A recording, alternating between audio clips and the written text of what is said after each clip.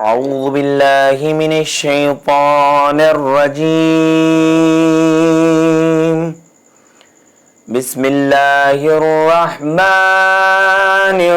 الرحيم.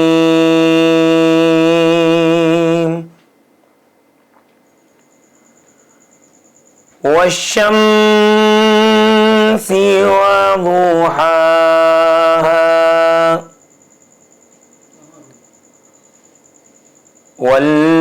والقمر إذا تلاها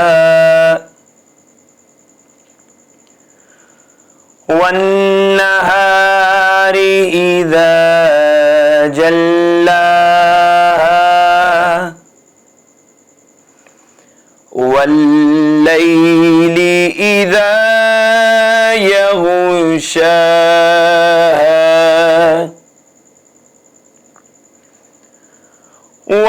والسماء وما بناها والأرض وما طحاها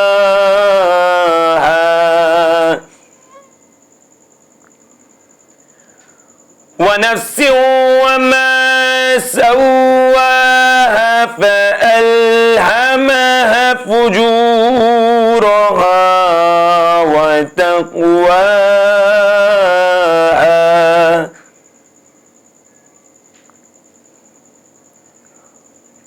قد أفلح من زكاها وقد خاب من دساها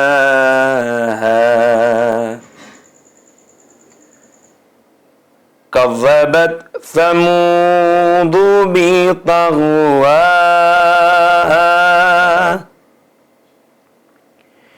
إذ انبعث أشقاها فقال لهم رسول الله ناقة الله وسقياها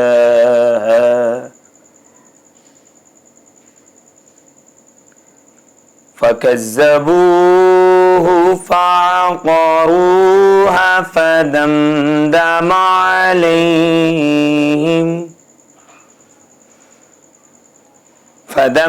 عليهم ربهم بذنبهم فسواها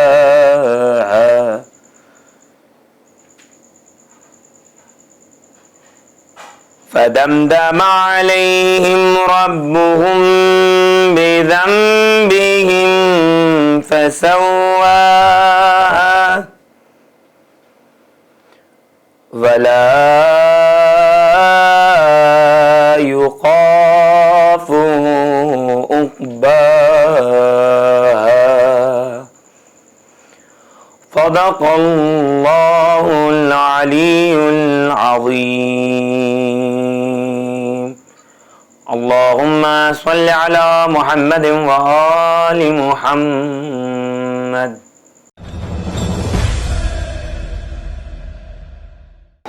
آپ حضرات سے گزارش ہے کہ ایک بار سورہ حمد اور 3 بار سورہ توحید پڑھ کر رخسار فاطمہ بنت سید رضی حماد کو پڑھ کے بخش دیں. مل لیں جس سے بھی بنا لیتی تھیں اس کو اپنا، ملنے جس سے بھی بنا لیتی تھیں اس کو اپنا، اس لیے کنبے میں کہتے تھے انہیں سب نایاب، اس لیے کنبے میں کہتے تھے انہیں سب نایاب.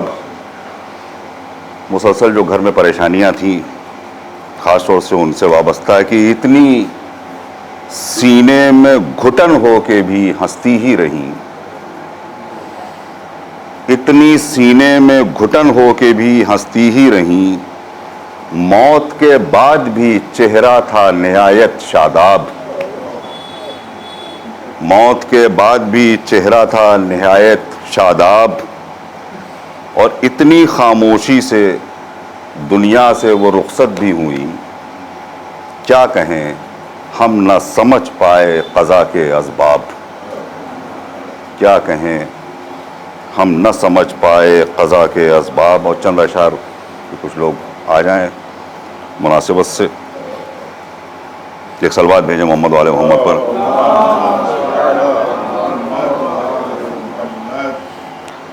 کر کے ذکر کربلا اہل عزا کے سامنے. یہ پنکھا بند کر دو فراٹے والا.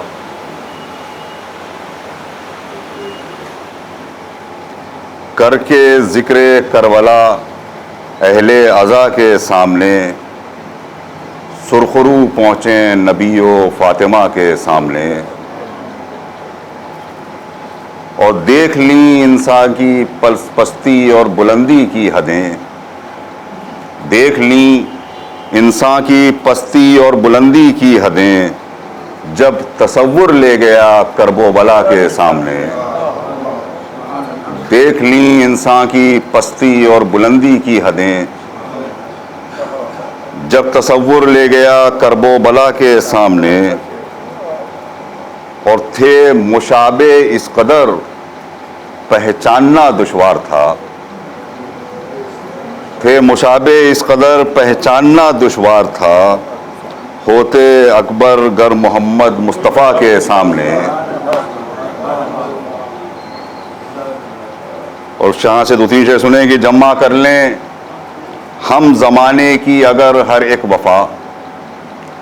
جمع کر لیں ہم زمانے کی اگر ہر ایک وفا. ہیچ ہے عباس کی ہر ایک وفا کے سامنے.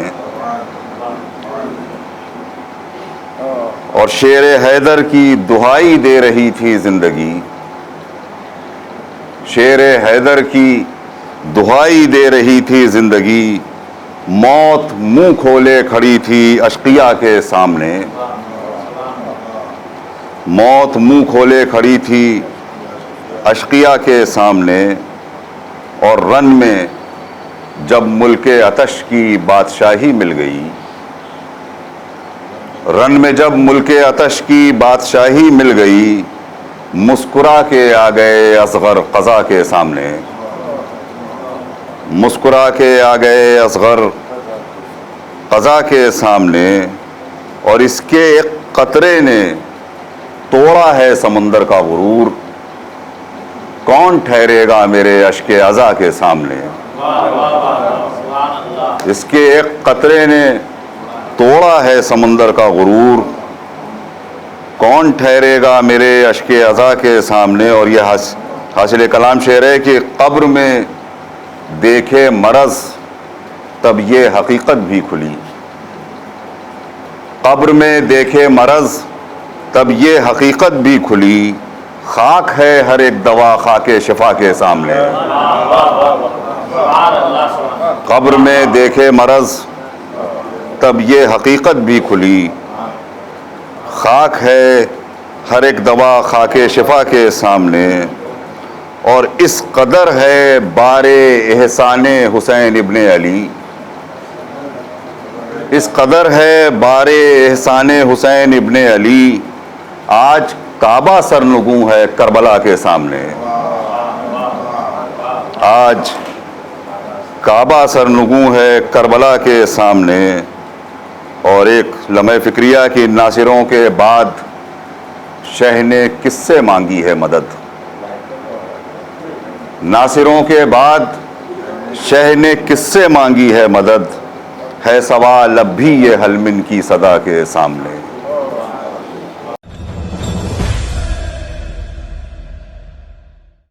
آپ حضرات سے گزارش ہے ایک بار سورہ حمد اور 3 بار سورہ اخلاص کی تلاوت فرما کر امّہ محترمہ جناب رخسار فاطمہ بنت رضی حماد کی روح کو چہرہ ثواب فرمائیں.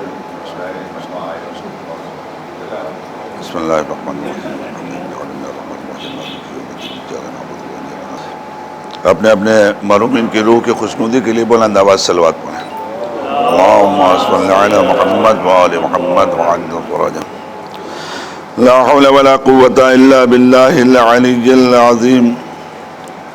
أعوذ بالله السميع العليم من الشيطان اللعين الرجيم. بسم الله الرحمن الرحيم.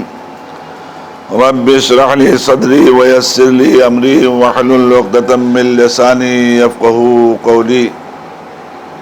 الحمد لله الواحد الاحد الفرد الصمد ذي الجلال والاكرام ذي القوة المتين كما هو اهله ومستحقه، والصلاة والسلام والتحية والاكرام على مولانا وسيدنا وشفيع ذنوبنا وطبيب نفوسنا وحبيب قلوبنا مولى الكونين جد الحسن والحسين أبي القاسم محمد وعلى بيته الطيبين الطاهرين المعصومين المظلومين المقتولين، واللعنة الدائمة الباقية على أعدائهم وقتلتهم وغاصبي حقوقهم ومنكري فضائلهم أجمعين من يومنا هذا إلى صباح يوم الدين. أما بعد، وقد قال الله سبحانه تبارك وتعالى في كتابه المجيد: بسم الله الرحمن الرحيم، انما يتقبل الله من المتقين. صلوات پر محمد وآل محمد.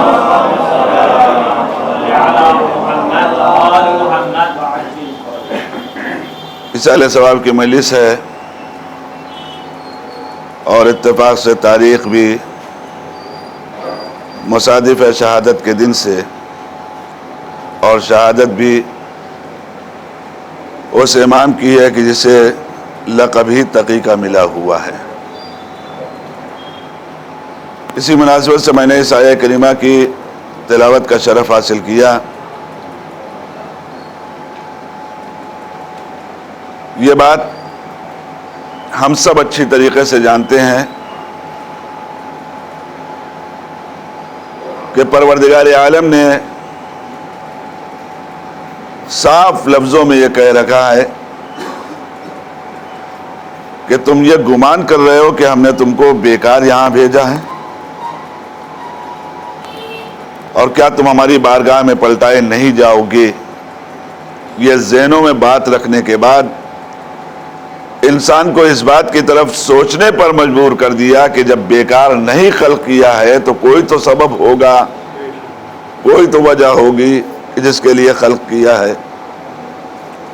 تو وہ وجہ کیا ہے کہ جس کے لیے خلق کیا گیا، کس بنیاد کے اوپر خلق کیا گیا یہ انسان؟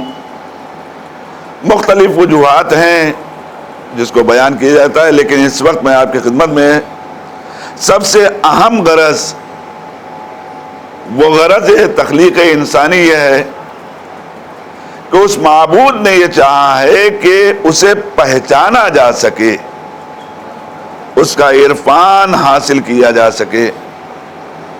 تو اس عرفان تک پہنچنے کے لیے جو کچھ اس کے ذرائع ہیں ان کی طرف متوجہ ہونا یہ ہمارا بہرحال فرض ہے اور ہماری ذمہ داری ہے کہ ہم اپنے معبود کا عرفان کیسے حاصل کر سکیں اور اس کے عرفان کو کیسے درک کر لیں.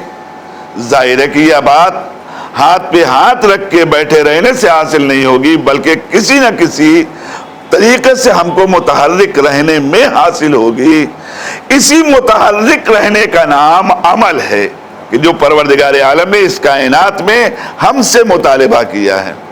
جب یہی عمل انسان کے پاس آ جاتا ہے تو قدرت آواز دیتی ہے کہ ہر کام کرنے والے کے کام کو بھی ہم پسند نہیں کرتے، ہماری بارگاہ میں تو اسی کا عمل قبول ہوتا ہے جو میرے خوف کے ساتھ میرا عمل انجام دیتا ہے. ایک صلوات پڑھیے محمد انما یتقبل اللہ من المتقین. اللہ اعمال قبول کرتا ہے سب سے نہیں، تقوی والوں سے اعمال قبول کرتا ہے، خوف خدا رکھنے والوں سے اعمال قبول کرتا ہے، خشیت الہی رکھنے والوں سے اعمال قبول کرتا ہے. مولا کائنات نے ارشاد فرمایا کہ یہ کیسے ممکن ہے کہ جو بات تقوی کے ساتھ ہو جائے اسے کہیں سے کم شمار کیا جائے.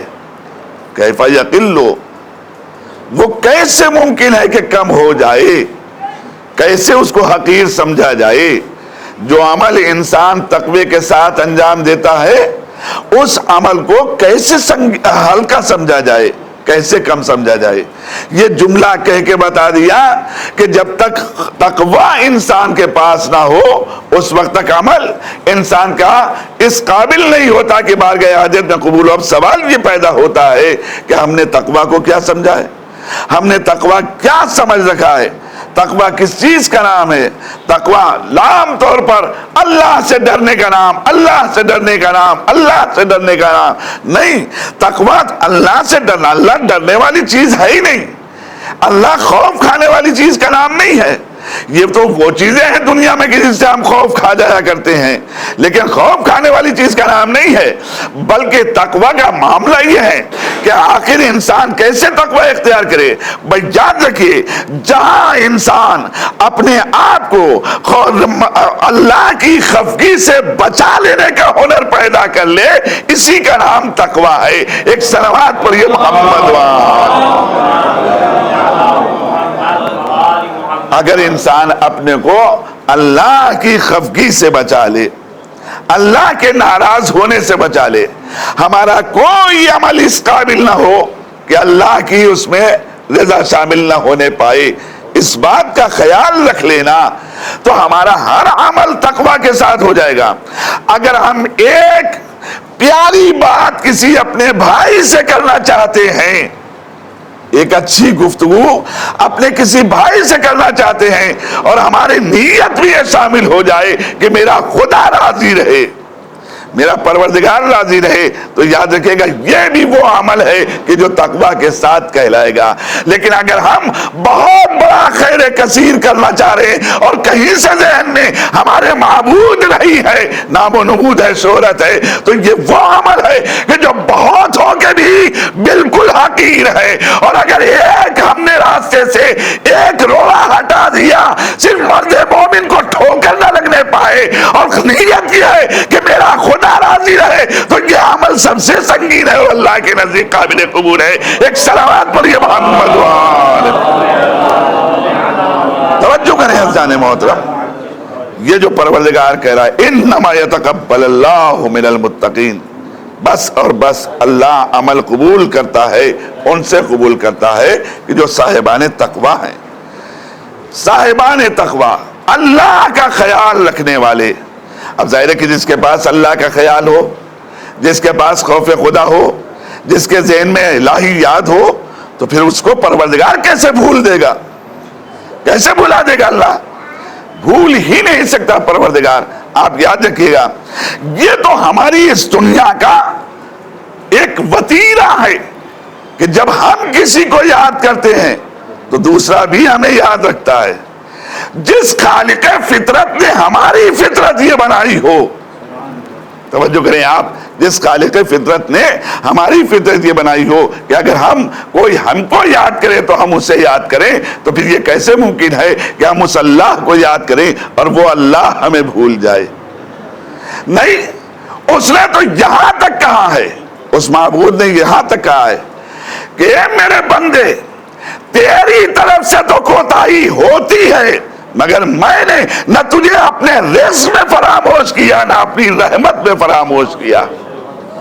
میں نے ہمیشہ تجھے تیرے رزق، اپنے رزق دینے میں بھی یاد رکھا، اپنی رحمتوں میں بھی یاد رکھا۔ تو نے مجھے بھلا دیا مگر میں نے تجھے نہیں بھلایا۔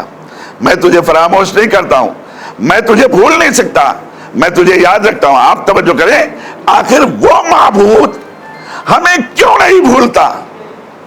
کیسے آخر یاد رکھتا ہے؟ کس بنیاد کے اوپر یاد رکھتا ہے؟ کہ تقاضائے رحمت کی بنیاد کے اوپر یاد رکھتا ہے۔ توجہ کیے، تقاضائے رحمت، ارحم الراحمین ہے، رحمان و رحیم ہے، اس لیے وہ یاد رکھتا ہے۔ بس اگر اس دنیا میں ہم سمجھنا چاہیں کہ میرا معبود کیسے ہمیں یاد رکھتا ہے اتنی نافرمانیوں کے بعد، تو بس ایک نمونہ قدرت نے اس کائنات میں رکھا کہ جسے دیکھ کر کے انسان یاد کر سکتا ہے، سمجھ سکتا ہے، یقین پیدا کر سکتا ہے۔ اور وہ نمونہ کون سا رکھا؟ ایک وجود رکھا کہ جس کا نام ماں بنا دیا۔ توجہ کریں انسان محترم، ایک وجود اس کائنات میں رکھا کہ جس کا نام ماں رکھ دیا۔ بیٹا ماں کو کتنا بھی بھول جائے مگر ماں کبھی بیٹے کو نہیں بھولتی ہے۔ کیوں؟ اس لیے کہ اس نے رحمتوں کے تقاضے کے تحت، اس کے اندر جو رحم کے تقاضے پائے جاتے ہیں، ان تقاضوں کے تحت وہ اس نے 9 مہینے اپنے شکم میں جو اس بوجھ کو اٹھایا ہے، اپنے وجود کو، تمہارے وجود کو تشکیل دیا ہے، وہ کیسے تمہیں بھول جائے؟ تو اب آپ بتائیے کہ جب قدرت اپنی بے قرار رحمتوں کی ایک قطرے کو اگر پیکر وجود بنا کے ماں بنا دے تو اس کے اندر تو یہ ہنر پایا جائے، تو خود قدرت کے اندر کیسا ہنر ہوگا؟ ایک صلوات پڑھیے محمد۔ کتنی عظیم ہے وہ قدرت عزیزان محترم، کتنی عظیم ہوگی وہ قدرت، کس انداز سے وہ معبود یاد رکھے گا۔ آپ محسوس کیجئے کہ وہ معبود فراموش بندوں کو نہیں کرتا، بندے اسے فراموش کرتے ہیں۔ اس نے تو اپنی رحمتوں کا یقین اور مشاہدہ ہمیں اگر کرانا چاہا ہے تو یہاں تک کرایا اپنے اس بندے سے، توجہ کہ اس بندے سے کہ جس سے مناجات کرتا ہے پروردگار، جس سے کلام کرتا ہے پروردگار، جس سے کلیم بنایا ہے، اس کلیم بندے سے یہ خطاب کرتا ہے، موسیٰ اتنی بار فرعون نے تمہیں پکارا، تم نے پلٹ کر نہ دیکھا؟ اتنی بار فرعون نے تمہیں پکارا، تم نے پلٹ کر نہ دیکھا؟ یہ سوال کیوں کر رہا ہے؟ معبود وہ تیرا نافرمان ہے، معبود وہ تیرا ناشکرا ہے، معبود وہ تیرے مقابل میں اپنے کو خدا بنا بیٹھا ہے، اے میرے معبود یہ تیرے مقابل میں آ چکا ہے، ایسے کے لیے تو یہ سوال کر رہا ہے؟ آوازی اگر ایک مرتبہ وہ مجھے پکارتا تو میں سب بھول کے اسے اپنے گلے سے لگا لیتا۔ ایک صلوات پڑھیے محمد۔ توجہ کریں آپ، یہ بات ہمیں خود بتا رہی ہے کہ کتنا بھی گناہگار انسان ہو جائے مگر اس کی رحمتیں کم نہیں ہوتی۔ اور چرست کے اگر کوئی اللہ کو یاد کرتے ہوئے، اللہ کے ذکر کو اپناتے ہوئے، اللہ کو عرفان کی راہیں طے کرتے ہوئے اگر عمل کرتا جائے تو اس کے عمل کی کیا قیمت ہوگی؟ یاد رکھے گا، یہاں سن و سال کی قید نہیں ہوتی، یہاں عمر کی قید نہیں ہوتی، یہاں یہ نہیں دیکھا جاتا کہ عمل کرنے والا کتنی عمر والا ہے۔ اللہ کے یہاں یہ نہیں دیکھا جاتا کہ کتنی عمر والا ہے، اس نے کہیں عمر کی قید و بندش نہیں لگائی، اس نے ہر ایک کے عمل کو فقط قدر کی نگاہ سے دیکھنا چاہا ہے، اس نے ہر ایک کے عمل کو فقط قدر کی نگاہ سے دیکھنا چاہا ہے۔ وہ چاہے کم سن کرے تو بھی عمل کو دیکھتا ہے، جوان کرے تو بھی عمل کو دیکھتا ہے، بوڑھا کرے تو بھی عمل کو دیکھتا ہے، عورت کرے تو بھی عمل کو دیکھتا ہے، مرد انجام دے تو بھی عمل کو دیکھتا ہے۔ وہ یہ دیکھتا ہے کہ یہ عمل کس کے لیے کیا جا رہا ہے، اس لیے اس نے قید لگائی کہ اللہ کے نزدیک جو عمل قبول ہوتا ہے وہ کون سا عمل؟ جو تقوی کے ساتھ انجام دیا جائے، جو خوف خدا کے ساتھ انجام دیا جائے۔ اب اگر کوئی کم سین، توجہ کیے گا، اب اگر کوئی کم سین اتنا خوف خدا رکھتا ہو کہ ماں گھر میں چھوٹی چھوٹی لکڑیاں جلائے اور وہ خوف جہنم میں ڈوبتا چلا جائے، وہ خوف خدا میں ڈوبتا چلا جائے، تو پھر اس کے پاس تقوی کیسا ہوگا، اس کے پاس خوف الہی کیسا ہوگا، اس کے پاس کیفیت کیا ہوگی؟ یہ ہے ہمارے ائمہ اطہار کہ جن کی زندگانی میں یہ ساری باتیں پائی جاتی ہیں۔ کم سنی ہے تو مثالی، نوجوانی ہے تو مثالی، جوانی ہے تو مثالی۔ عزیزان محترم، جس پیکر کو لفظ تقی سے یاد کیا گیا، ہمارے اور آپ کا یہ نواں امام جن کی شہادت کی تاریخ ہے 29 ذوالقعدہ، آپ محسوس کیجئے جن کے فضائل کائنات کے سامنے شباب کے عالم پہ آنے کے بعد نہیں اجاگر ہوئے ہیں، نوجوان ہو کر کے تب انہوں نے اپنے فضائل کائنات کے سامنے نہیں رکھے ہیں۔ توجہ کیے گا، ان کے فضائل جتنے بھی آئے ہیں تاریخ کے اندر آپ اگر ملاحظہ فرمائیں گے تو یہ کون سے فضائل ہیں؟ یہ وہ فضائل ہیں جو کمسنی کے عالم میں کائنات میں ابھر کر سامنے آ رہے ہیں۔ اس سے کہ امام کی پوری حیات اپنے چھوٹے بھائیوں کے لیے پوری حیات ہی ہے، کتنی اتنی مختصر سی حیات 25 برس کی، 25 برس کا آدمی ابھی جوان کہلاتا ہے نا، جو 25 برس کی حیات میں دنیا سے چلا جا رہا ہو، اس کے اعمال آپ مجھے بتائیے کائنات کے سامنے اجاگر ہوئے تو کب اجاگر ہوئے؟ آواز دی تاریخ نے، ابھی 7 یا 8 برس کا سن تھا کہ اتنے میں ایک مرتبہ، اس عمر میں ایک مرتبہ. عجیب بات ہے. دیکھیے ہم سمجھتے ہیں کہ انسان کے اندر خوف خدا ہو گیا تو بزدلی آ گئی. انسان کے اندر اگر اللہ کا خوف آ گیا تو انسان کے اندر کمی پیدا ہو جائے گی. نہیں، امام نے اپنے عمل سے بتایا. توجہ کہ کیسے کم سن ہے، کم سنی کے عالم میں بادشاہ کا لاہور لشکر کے گزر ہو رہا ہے. بادشاہ گزر رہا ہے، سامنے سے سارے بچے بھاگتے ہیں، ایک کم سن لڑکا کھڑا ہوا ہے. بھائی تم نہیں ہٹے، سب چلے گئے، تم اپنی جگہ کیوں ڈٹے ہوئے ہو؟ توجہ کیے. آپ سمجھ رہے کیا امام کوئی نعوذ باللہ ہماری طریقے سے کوئی دکھاوا کرنا چاہ رہے تھے؟ نہیں نہیں، بلکہ ہم سب کو ایک سبق دینا تھا، ہم سب کو ایک نصیحت دینی تھی. اس لیے امام وہاں خاموشی سے کھڑے ہوئے. امام نے ایک مرتبہ جیسے ہی یہ سوال کیا گیا کہ سب چلے گئے تم کیوں نہیں گئے؟ توجہ کیے. سب چلے گئے تم کیوں نہیں گئے؟ سب بھاگ گئے ڈر کے، بادشاہ آ رہا ہے، سب بھاگ گئے، خوف کھا کے بھاگ گئے، تم کیوں نہیں بھاگے؟ لاؤ لشکر دیکھ کے، جاؤ حشم دیکھ کے، تم کیوں نہیں بھاگے؟ امام نے آواز دی کہ بھائی بات مجھے بتا، یا راستہ تنگ ہوتا تو میں ہٹ جاتا.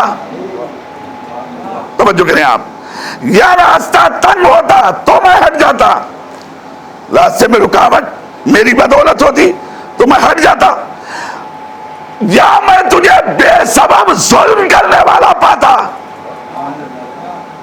دیکھیں آپ توجہ کیے، بے سبب ظلم کرنے والا پاتا تو ہٹ جاتا. میں نے کہا مولا یہ کیا کہہ رہے ہیں؟ کہا میں تمہیں راستہ دکھا رہا ہوں، زندگی کا محور یہ بنانا نہ کبھی کسی کے راستے میں رکاوٹ بننا. توجہ کیے، نہ زندگی کے عمل میں، کسی عمل میں کسی کے لیے کبھی رکاوٹ بننا. یہ ہم نے تمہیں اپنے عمل سے سکھایا ہے کہ خبردار رکاوٹ نہ بننا کسی کی راہ میں، کسی کے ذریعے، کسی کے سب نہ بننا ہرگز. کیوں؟ اس لیے کہ یہ میں پسند نہیں کرتا، اس لیے کہ یہ ہمیں پسند نہیں ہو. ظاہر ہے تمہیں وہی پسند ہونا چاہیے جو ہمیں پسند ہے، اس سے کہ ہم وہی پسند کرتے ہیں جو خدا پسند کرتا ہے. ایک صلوات پڑھیے محمد دوسری طرف کا خبردار یہ بھی یاد رکھنا کہ ظلم برا ہے، ظلم برا ہے، ہرگز خبردار اس ظلم کی طرف اپنے قدم نہ بڑھانا. اچھا ٹھیک ہے، اس نے سفر کیا، چلا گیا. جانے کے بعد وہ راستے بھر سوچتا رہا کہ آخر کون ہے. اس نے جواب اسے دیا، ڈٹ کے جواب دیا، کس گھرانے کا ہے، کس گھرانے کا ہے. یہ کام عام بچے نہیں کر سکتے. سوچتا چلا گیا، ادھر سے اسے خیال پیدا ہوا چلے اب اس کا امتحان لیتے ہیں. لوٹ کے آتا ہے، آ کر امتحان لیتا ہے. آپ دیکھیں یہ کمسنی ہے، اس کمسنی میں آنے کے بعد ایک مرتبہ سوال کرتا ہے میرے ہاتھوں میں کیا ہے. سنا ہوا واقعہ ہے آپ کا، لیکن میں صرف اس لیے عرض کر رہا ہوں کیونکہ امام کی شہادت تاریخ ہے تو چاہتا ہوں کہ تبرک حاصل رہے. عزیزان محترم کیا فرمایا؟ کہا میرے ہاتھوں میں کیا ہے. امام ڈائریکٹ کہہ سکتے تھے کہ تیرے ہاتھ میں مچھلی ہے، بات ختم ہو جاتی. یہی تو سوال تھا کہ تیرے ہاتھ میں کیا ہے. توجہ کیے، ایک جملے میں جواب تھا تیرے ہاتھ میں مچھلی ہے، بات ختم. لیکن آواز دیں گے اگر موسیٰ نے کل ایک جملے میں جواب دے دیا ہوتا. اب ایک مرحلہ ہے، میں نے کہہ تو دیا، آپ فوراً کہیں گے مولانا کہاں خدا سے بات کرنا، کہاں بادشاہ سے بات کرنا، ان دونوں کا معاملہ ایک جیسا ہو جائے گا. آپ نے کیا کہہ دیا؟ آپ کے کہنے کا مفہوم تو یہی ہوتا ہے کہ بھئی ایسے موسیٰ کو دلچسپی پیدا ہو رہی تھی اپنے خدا سے بات کر. میں نے کہا میں بھی یہی کہہ رہا ہوں، جب امام کو کسی کی اصلاح میں دلچسپی پیدا ہو جائے تو جو کسی کی اصلاح نفس میں اگر دلچسپی پیدا ہو جائے تو امام اسی طریقے سے گفتگو کرتے ہیں. ایک مرتبہ امام نے ارشاد فرمایا اللہ نے سمندر خلق کیے ہیں, اب اللہ نے آسمان میں بادل خلق کیے ہیں, بادل برستا ہے, پانی اٹھاتا ہے لے کے جاتا ہے, سمندروں سے مچھلیاں وہ بادل کے اندر اوپر اٹھ جاتی ہیں. جب فرش بادشاہ آتے ہیں اپنے باز چھوڑتے ہیں شکار کے لیے, باز ہوا میں جاتے ہیں, ان مچھلیوں کا شکار کر کے لا کے حاکم کے ہاتھ میں رکھتے ہیں. حاکم آ کے ہم لوگوں سے سوال کرتا ہے کہ کیا ہے آپ تو جو کہ اتنی بات امام نے کیوں کیا؟ کہا صرف اس لیے کہ اسے یہ بتانا تھا کہ یہ خوب جانتا ہے میں کس گھرانے کا ہوں, مگر اسے یقین بھی کرانا ہے کہ ہم اسی گھرانے کے جس گھر میں نہ زمین کی باتیں چھپی ہوئی ہیں نہ آسمان کی باتیں چھپی ہوئی ہیں. ایک صلوات بر محمد. مجھے یہ بتانا ہے کسے پہچانے, کوئی بات مخفی نہیں. آپ دیکھیں توجہ کیے, یہ ایک مرحلہ. اچھا یہ سارے کام کس لیے ہو رہی ہیں؟ اس لیے کہ نظر میں خدا ہے, عرفان خدا دینا ہے. ہم جو بھی کر رہے ہیں اپنے لیے تو نہیں کر رہے, حجت خدا ہے, خدا کی جانب سے کر رہے ہیں. لہذا اس حجت کی بنیاد کے اوپر اللہ کی طرف متوجہ کرنا. اب بادشاہ کے دل میں یہ پیدا ہوا کہ یہ کہا اچھا آپ ذریت رسول میں سے ہیں, آپ فرزند رسول ہیں, اچھا ٹھیک ہے, لے کے آ گیا دربار میں. اب آپ توجہ کیجیے گا, معاملہ یہاں سے آ کے کہ میں نے کہا کہ کسی کا عمل کم نہیں ہوتا. زمانہ یہ سمجھتا ہے کہ یہ چھوٹا ہے, زمانہ یہ سمجھتا ہے کہ یہ بڑا ہے, لیکن قدرت نے کبھی عمل کے میدان میں اس چیز کو نہیں رکھا کہ وہ یہ دیکھے کہ یہ چھوٹا ہے, وہ یہ دیکھے کہ یہ بڑا ہے. وہ یہ دیکھتا ہے کس قدر خوف کے ساتھ, کس قدر تقوی کے ساتھ کس عمل کو کیا گیا. درجہ دینا میرا کام ہے, بلندی دینا میرا کام ہے, کمال دینا میرا کام ہے. میں معمولی سے عمل کو بھی کبھی کبھی بہت بلند بناتا ہوں. کیوں؟ اس لیے کہ اس خلوص کو دیکھتا ہوں, اس خلوص کو دیکھتا ہوں. اور یہ کوئی چھپی ہوئی بات نہیں ہے, توجہ کی, یہ کوئی چھپی ہوئی بات نہیں ہے. اگر معمولی سی ایک ضربت بھی مجھے کیفیت کے سائے میں مل جائے تو کونین کی اطاعت پہ بھاری قرار دیتا ہوں, کونین کی اطاعت پہ بھاری قرار دیتا ہوں. ایک ضربت کو بتاؤ جس کے ضربت کی یہ کیفیت ہو, اس کے سجدوں کی کیفیت کیا ہوگی؟ سوچنے کی بات ہے نا. لیکن اس کے بعد بھی پروردگار عالم یہ ساری باتیں ہمارے سامنے ان حجتوں کے تحت اس لیے رکھتا ہے تاکہ ہم اپنی اصلاح کر سکیں, ہم اپنے کو سنوار سکیں.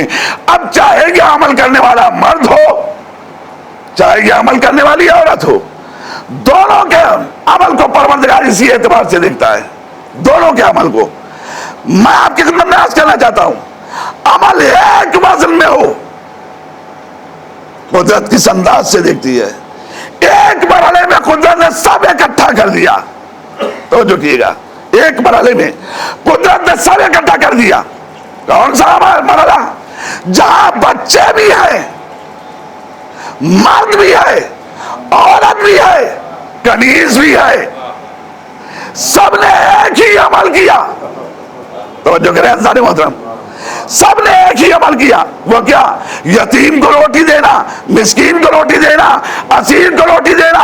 حسنین نے بھی روٹی دی, فضہ نے بھی روٹی دی, علی نے بھی روٹی دی, زہرا نے بھی روٹی دی. سب کا عمل ایک ہے. قدرت نے ایک وزن میں رکھ کے آیا دائر نازل کر کے بتا دیا کہ عمل ایک روٹی کا بھی ہو مگر میرے لیے ہو تو میں کیسے قبول کرتا ہوں. ایک صلوات محمد. ایک روٹی کا بھی اگر عمل ہو اور میرے لیے ہو تو میں کیسے اسے قبولیت کا شرف ادا کرتا ہوں.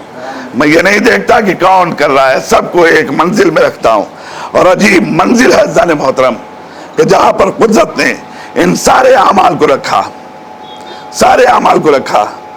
اب یہاں پر ظاہر ہے کہ میں نے اسی سارے ثواب کیے. دو ایک باتیں اپنے ماں کے سلسلے سے بھی میں کہنا چاہتا ہوں. چچی ماں کی منزل ہے, میں آپ کی خدمت میں, اور اس لیے بھی کہہ رہا ہوں کہ یہ سبق بھی ہمیں کہیں اور سے نہیں ملا. یہ سبق بھی ہمیں سرکار ختمی مرتبت کے اسوے سے ملا ہے. سرکار ختمی مرتبت کے اسوے سے ملا ہے. کیوں؟ اس لیے کہ جب فاطمہ بنت اسد کا انتقال ہوا تو کس طریقے سے آپ نے اس چچی کا غم منایا, کس طریقے سے آپ نے ان کی عظمت کو ہمارے سامنے اجاگر کیا. ایک منزل ہے عزیزان محترم, تو یہ کیفیت مد نظر رہتی ہے ہمارے عزیزان محترم. کس طریقے سے اس کے عمل کو انسان محسوس کرے. میں کہنا چاہتا ہوں کہ آج بھی اتنا عظیم ہوتا ہے اگر نوازشوں سے کوئی چچی بھتیجے کو پالنے لگے, نوازشیں کرنے لگے, تو اس کا حاضر کتنا عظیم ہوتا ہے. قبر میں پیغمبر لیٹ کے بتا رہا ہے کہ اسے ماں کا درجہ حاصل ہوتا ہے. یہ ماں کیسی ہوتی ہے؟ آپ توجہ کہ یہ ماں کیسی ہوتی ہے؟ کہا ماں اس کا وقار یہ ہے کہ ہم نے اس کے قدموں میں اپنی جنت کو رکھا, اس کے پاؤں میں اپنی جنت کو رکھا. یہ بات اپنی جگہ ہے کہ عام طور پر شہرت یہی ہے کہ ماں کے قدموں کے نیچے جنت ہے, لیکن میں نے روایت یہ بھی دیکھی ہے کہ تنہا ماں کے قدم کے نیچے نہیں بلکہ ماں اور باپ دونوں کے قدموں کے نیچے جنت ہے. دونوں کا وقار روایت نے بیان کیا ہے, دونوں کی منزل ہے. لیکن ماں کا درجہ اپنی جگہ پر, اس لیے کہ جو کیفیت ایک ماں کے پاس پائی جاتی ہے باپ کے پاس وہ کیفیت نہیں پائی جاتی ہے. مگر باپ کو ولایت بچوں پر حاصل ہوتی ہے, اس اعتبار سے باپ بلند ہوتا ہے. باپ کو ولایت حاصل ہوتی ہے, اس اعتبار سے باپ بلند ہوتا ہے, اس کا درجہ بلند ہوتا ہے. لیکن ماں کی عظمت اپنی جگہ پر, ماں کی عظمت اور وقار اپنی جگہ پر. وہ منزل کیا ہے آپ محسوس کریں. آپ وہ منزل کیا ہے ایک ماں کے سلسلے سے, کیسی منزل ہوتی ہے اس ماں کی کہ جیسا پروردگار اسے منزلت دے رہا ہے. اچھا یہ نہیں کہ پروردگار نے یہ دیکھا ہو کہ یہ ماں میدان عمل میں نکل کے, میدان جہاد میں نکل کے, میدان مبارزہ میں نکل کے کوئی عمل کرے گی تو ہم اسے کوئی اجر دیں گے. نہ, باپ یعنی مردوں کے لیے تو یہ بات ہے کہ ان کے لیے میدان مبارزہ بھی رکھا گیا, میدان جہاد رکھا گیا, یہ ساری چیزیں تب جا کے اجر. لیکن ماں کے لیے اگر بچے کی تربیت کرتے ہوئے, اگر بچے کی پرورش کرتے ہوئے یہ ماں اس دنیا سے گزر جائے تو اسے وہی اجر پروردگار دیتا ہے جو ایک شہید کو دیتا ہے. ہمارے ہاں اللہ نے کہیں سے اجر کم نہیں کیا, اللہ نے بڑے بہانوں سے اجر دیا ہے ہمیں.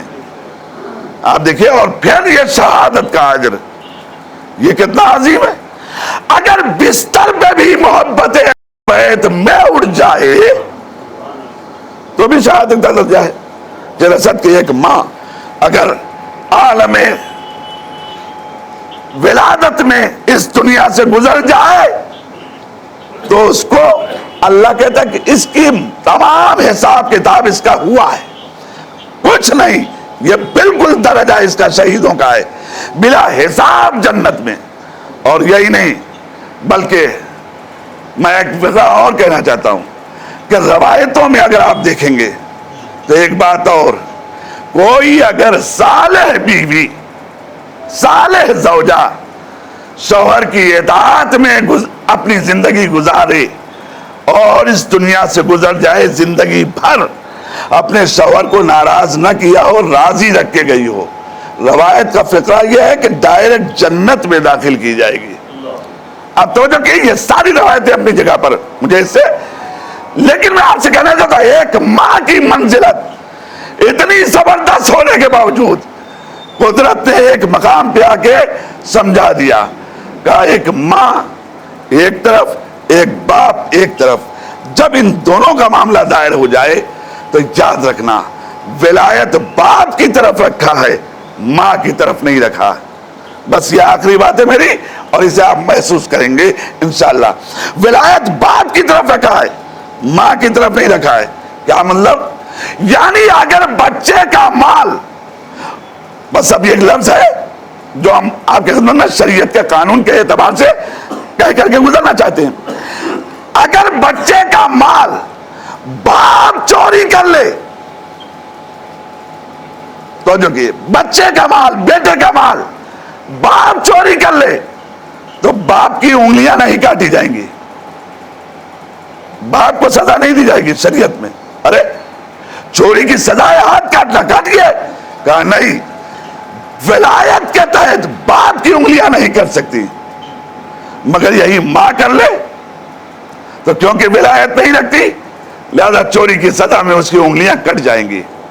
آپ توجہ کیے، ایک بیٹے کے مال کو اگر بغیر رضایت کے، بغیر اجازت کے اس طریقے سے صرف کر لے تو کیفیت کیا ہے؟ اللہ نے شریعت، تیرا قانون کتنا نازک ہے، اتنا بڑا درجہ ماں کو دینے کے بعد بھی تو نے اس مقام پر آ کے کیوں چھوڑ دیا، اس مقام کے پیچھے کیوں رکھ دیا؟ یہ ساری منزل۔ کہا بس یہی سمجھانا ہے کہ ہم نے نظام کو بیلنس کرنے کے لیے مرد و عورت دونوں کو اس کائنات میں رکھا۔ تو ایک بات یاد رکھنا، توجہ، ایک بات یاد رکھنا، ہم نے مرد کے لیے عورت کو پیدا کیا ہے، عورت کے لیے مرد کو نہیں پیدا کیا۔ توجہ کریں عزیزان محترم، اس بنیاد کے اوپر میں نے ایک وقار الگ رکھا۔ نہ جانے میری بات کہاں تک پہنچی میں نہیں بتا سکتا، لیکن ایک بات تھی جو آپ کی خدمت میں عرض کرنا چاہ رہا تھا کہ ماں کا درجہ ہونے کے باوجود قدرت سے مقام پہ روک کر کے ہم نے بتاتی ہے، جہاں تک یہ کیفیت رکھی وہیں دوسری طرف پھر ماں کو بیکار دے دیا، کہا محشر میں باپ کے نام سے نہیں پکاروں گا، محشر میں باپ کے نام سے نہیں پکاروں گا، اے فلاں کے بیٹے، نہیں، اب ماں کے نام سے پکاروں گا۔ میں نے کہا پروردگار یہ کیا ہو گیا؟ ارے ہر جگہ پر باپ کو بیکار دیا ہے، یہ یہاں پر کیا ہو گیا؟ یہ محشر میں ماں کے نام سے کیوں پکار رہا ہے؟ کس لیے پکار رہا ہے؟ بس جانے مطلب کیونکہ وقت کے دامن میں گنجائش نہیں ہے، ورنہ میں ابھی امام سے متعلق کچھ باتیں عرض کرنا چاہ رہا تھا، لیکن وقت کے دامن میں گنجائش نہیں لیا، یہ میری بات ختم ہو رہی ہے۔ ماں کے نام سے پکارا جائے گا، باپ کے نام سے نہیں پکارا جائے گا۔ کہا تم نہیں سمجھے، یہ میرا پیار ہے بندوں سے، یہ میرا پیار ہے بندوں سے۔ عجیب بات ہے، میرے معبود یہ کیسا پیار ہے؟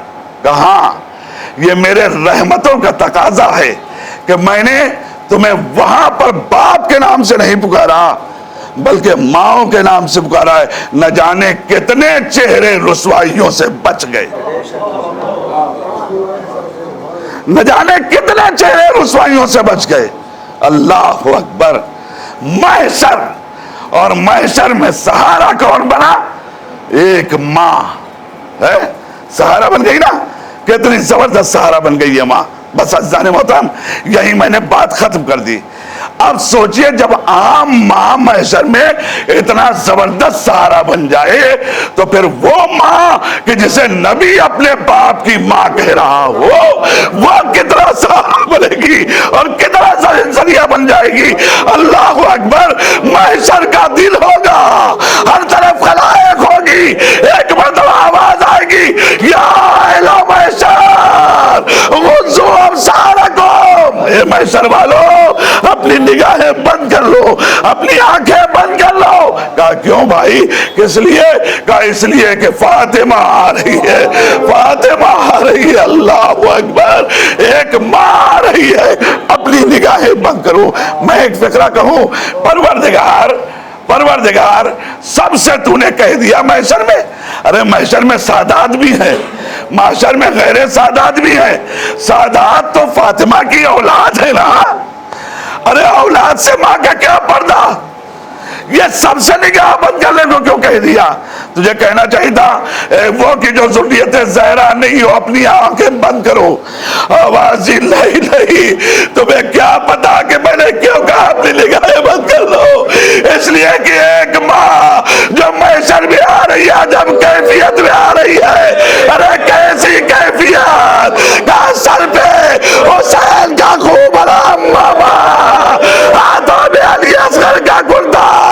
جزاکم اللہ. خدایا انصاف کے لیے آئی ہوں, خدایا انصاف کے لیے آئی ہوں.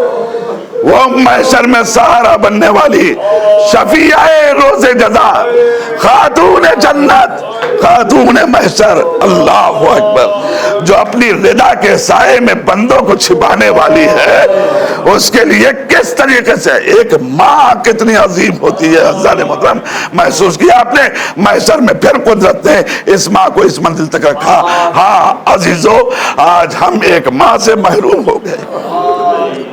سیوں کی مجلس منعقد ہو گئی, ایک ماں, شفیق ماں, چاہنے والی ماں, جب بیٹھ جاتے تھے گفتگو ہوتی تھی, ہر طریقے سے پیار کے انداز میں باتیں کرنے والی, چلی گئی. سب تڑپ رہے ہیں, سب رو رہے ہیں, حالانکہ اتنے دن ہمارے ساتھ رہی ہیں, مگر اس کے باوجود سب تڑپ رہے ہیں نا. کس طریقے سے تڑپ رہے ہیں؟ اس لیے کہ ماں اٹھ گئی, شفقتیں ختم ہو گئی, ماں اٹھ گئی, اب پیار نہیں ملے گا. اللہ جب ہماری ایک ماں ایسی اٹھ جائے تو ہم اس طریقے سے تڑپ دیں. کبھی سوچو جس ماں نے چلتے چلتے بچوں کا کام کیا ہو, جس ماں نے جاتے جاتے شوہر کی خدمت کی ہو, اگر وہ ماں گزر جائے تو اب کیفیت کیا ہوگی؟ جزاکم اللہ. خدا کسی غم میں نہ رلائے سوائے غم مظلوم کربلا کے. عزادارو, یہ ہے وہ منزل کہ جو ایک ماں کے لیے بس خوف خدا میں ڈوبنے والی اگر ماں ہے, خوف خدا میں ڈوبنے والی اگر ماں ہے, تو اس کی کیفیت کیا ہوتی ہے؟ میں کہنا چاہتا ہوں میری چچی سے, ان کی روح سے کہنا چاہتا ہوں کہ یقیناً آپ کے اعمال جو بھی رہے ہوں, یقیناً نیک اعمال تھے. اس لیے بھی ہم کہنا چاہتے ہیں نیک اعمال تھے کہ آپ نے مرتے مرتے کم سے کم اس بات کا ثبوت اتنا سا دیا ہے, کیا کہ آپ زہرا کی کنیز تھی. آپ زہرا کی کنیز تھی. کیوں؟ اس لیے کہ زہرا جس طریقے سے تصویر پڑھتے پڑھتے خاموشی سے گزر گئی, ارے آپ بھی اپنے بستر برس کے اوپر خاموشی سے دنیا سے گزر گئی, کسی کو احساس نہ ہو سکا. جزاکم اللہ. جاتے جاتے کوئی تکلیف نہیں, کوئی اذیت نہیں, کسی کو پکارا نہیں, کوئی صدا نہیں دی. ابھی ہمارے چچا یہ جملہ کہہ رہے کہ خاموشی سے چلی گئی, کچھ کہا بھی نہیں تم نے, کچھ کہا بھی نہیں تم نے. میں کہوں گا میرے چچا ہے, آپ کو پتا ہے کہ ایک نیک عورت کیسی ہوتی ہے, یہ تو علی نے بھی ثابت کر دیا نا. ارے جب زہرا کو نہلا رہے تھے تو یہی تو جملہ کہا تھا, ارے مر گئی زہرا, اور یہ نہ بتایا اے ابو الحسن میرے پہلو شکستہ ہے, اے ابو الحسن میری ہڈیاں ٹوٹی ہوئی ہے. ارے شوہر کو کوئی شکایت, اللہ اللہ, اس عالم میں زہرا گزر گئی. خدایا تو ہم سب کو صبر کی دولت عطا فرما. اے میرے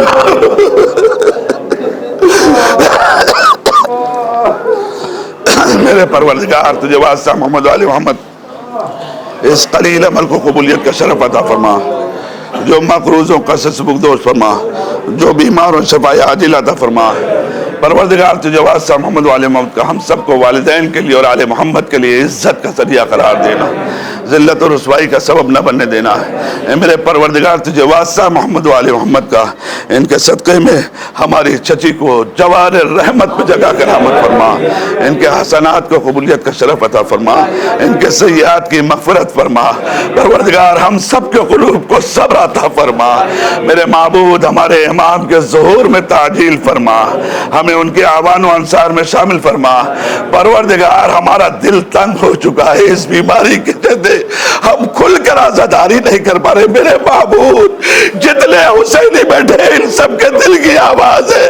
میرے پروردگار نکلنے والے عاشق کے صدقے میں تم دعائیں چلی قبول کرتا ہے نا. اے میرے معبود اس بلا کو دور فرما تاکہ حسین کی عزاداری ہم چین سے کر سکے, ان کی مجلس عزا آرام سے کر سکے. پروردگار تجھے واسطہ محمد و آل محمد کا ہمارے امام کو ہم سے راضی و خوشنود فرما. آپ حضرات سے گزارش ہے, ایک بار سورہ حمد, 3 بار سورہ اخلاص کی تلاوت فرما کر ان سوروں کا ثواب اور مجلس کا ثواب مرحومہ رخسار فاطمہ بنت رضی حماد صاحبہ کے روح کے ساتھ